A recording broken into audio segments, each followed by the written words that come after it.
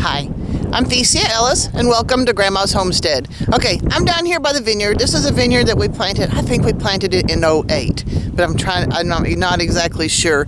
And at the time that we planted it, and I'm sorry about the wind, I'm in Oklahoma and there's nothing I tried to put it where I can block it. So I either have the wind to my back and the sun behind me. I'm not sure. Regardless, when we planted this vineyard, we were renting out the property to a man for him to put his horses and cattle on. So we built a fence around the vineyard to protect it, especially while they were young and stuff. Well, since then, the horses and cattle are long gone, and the fence is still up. But that is proposing a problem for me because we planted the grapevines too close together for us to actually use a riding lawnmower in it and turning around and all that other stuff. So I have to do everything with a push mower.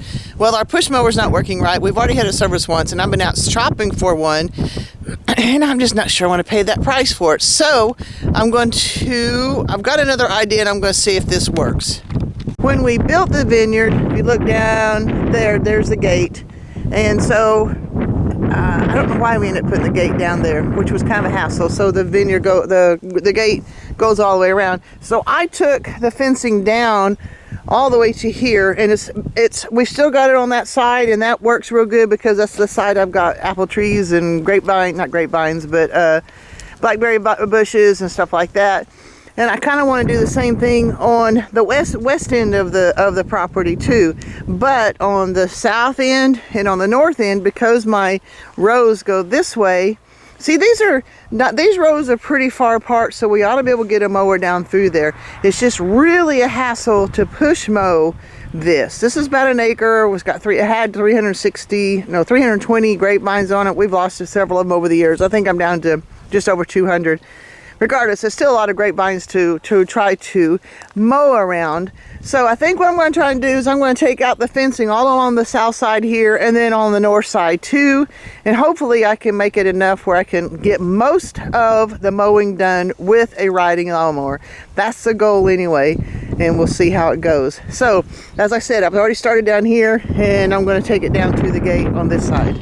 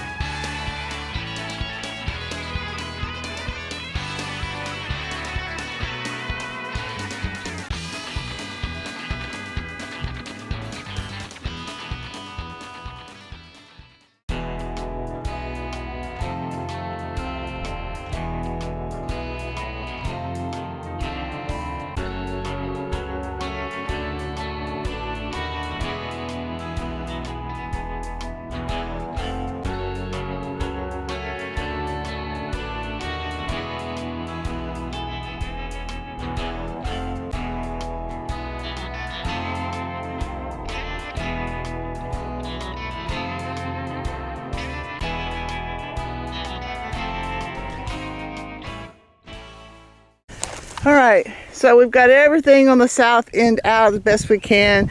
I left this tree here just because we need trees on this property, but I think it's got where I can't pull that T-post out.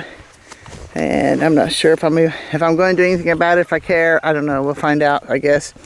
Another thing I do need to do, these were supposed to be posts for trellising the grapevines, and they just never got done. So this is a good place for snakes to hide, and we've had them in there. And I've got to figure out what to do with these and how to even move them, because if you look, that one's long, and they might be pretty rotted, but they're still pretty heavy. But we're all the way down here. So this whole south side, except for the gate area, is cleared of fencing. And I'll figure out how to get rid of this somewhere down the road. I don't know. I'll think about it. So now we're going to go down on the north end and work on that end. All right, I'm down here in the garden area next to the turkeys. And I've got some onions. I've had them for way too long. They really need to be planted. I don't know how they'll do, but I'm going to get them transplanted today. And I thought what I'd do is I'd take out this seeding square. And I looked it up, and the yellow ones are the ones that says for bulb onions. So that's what I'm going to do, is I'm going to get into this spot over here, and I'm going to space my yellow onions according to the seed square and see how that goes.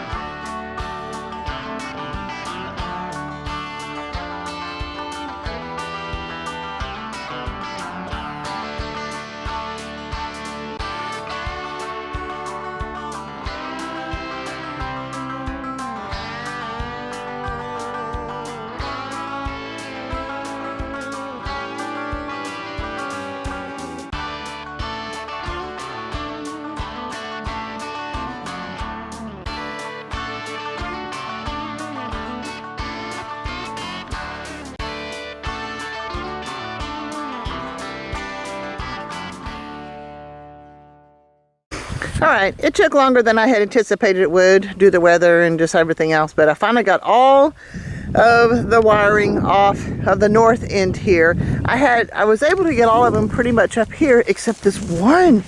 I don't know, I think it was a heavier gauge or something. I wrestled and wrestled and wrestled with it, and I finally had to go get Tom, and apparently he wrestled with it pretty good too.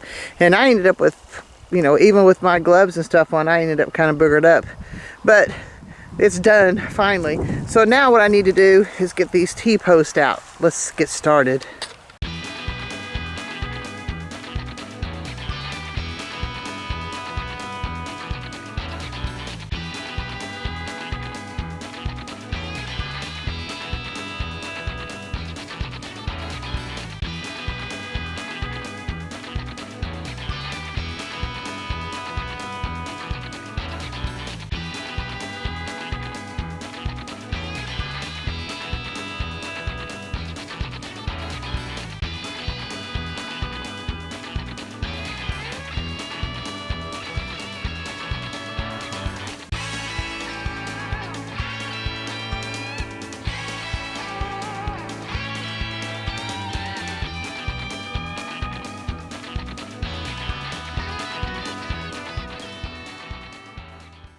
All right, they're all out on this end.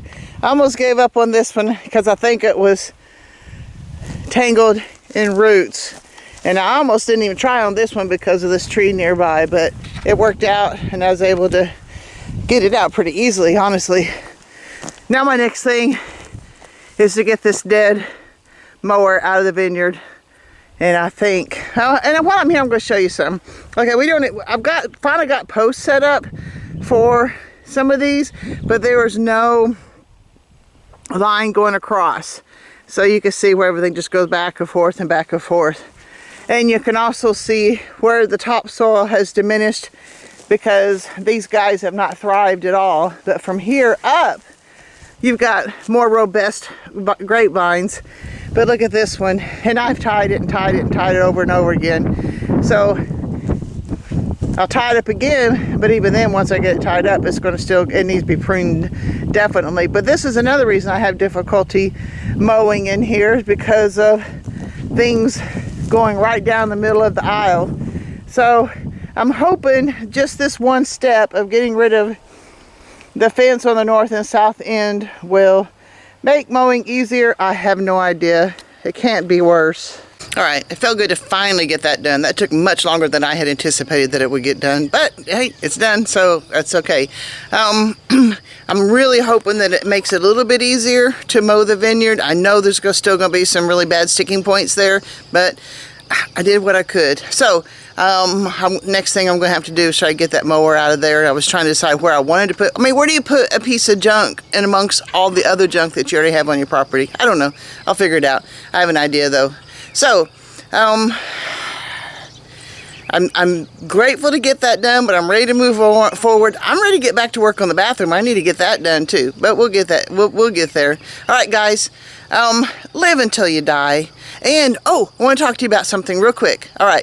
I know you know that I have, of course, the Grandma's Homestead channel, and I also have this Grandma's Life podcast, but I also have kind of a side channel. I don't do a lot with it, but it's kind of cool if you just want to watch something that's kind of soothing, kind of, yeah, it's farm animal life. And what I do is I just stick a camera in either a brooder or something like that. In fact, I need to set up a camera for these piglets. Oh my gosh, these guys are getting cuter every day. I don't know, that's not true. They're still cute. They really they're very cute and have been very cute for a couple of weeks now. So I need to put a camera in there with them. For a long time, all they did was stayed in the hut and I didn't do anything. But now they're coming out and about. And in fact, this morning I'll put it on TikTok. I got footage of them actually starting to eat a little bit of food, of, pig food. So I don't know. It's cool. I like it. But yeah, farm animal life. All right. Live until you die. Find something that makes you happy. Find something to do. God bless. I'll see you next time. Oh, and I do have a sunset for you.